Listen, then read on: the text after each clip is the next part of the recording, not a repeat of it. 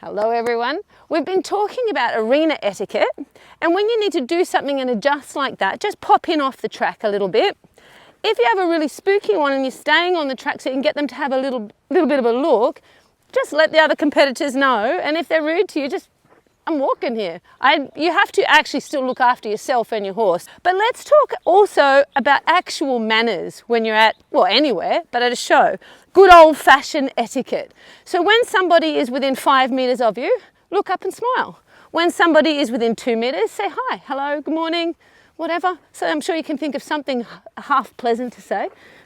When you see somebody heading up for their test, call out good luck. Even if you don't know them, it's a nice feeling of togetherness. And we're all out there hoping so much that we get this right and we get that right. And just feeling like somebody's rooting for you is a nice feeling. Of course, it shows you sometimes going to see people that you don't really like, that are fairly shitty articles and that are not great human beings. They've done something dishonest, something unpleasant. So you can teach your brain and your body to not react at all. Instead of getting adrenalized, you can just blur their faces and see straight through them. That's basically what Andy and I have taught ourselves to do.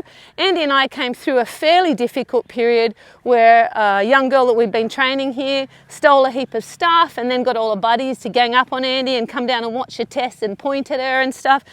And it just made Andy stronger. We felt sorry for them that they had that much ugliness inside them. You know, it was very hard to forgive them because it was super uncool. So you can't always forgive straight away and you can't always forget straight away.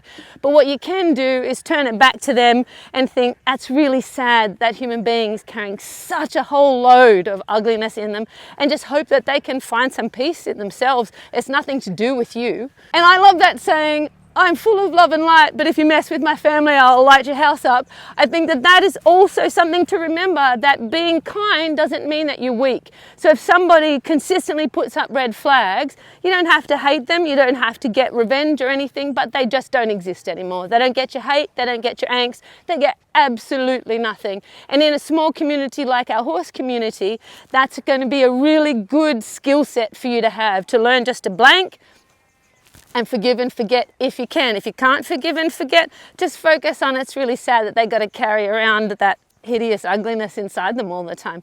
Don't forget touchscreen gloves. They're really helpful. They're on our Etsy site. I've been trialing them for 6 months and they're brilliant. And you can buy 2 pairs for the price of the 1 pair that you normally buy.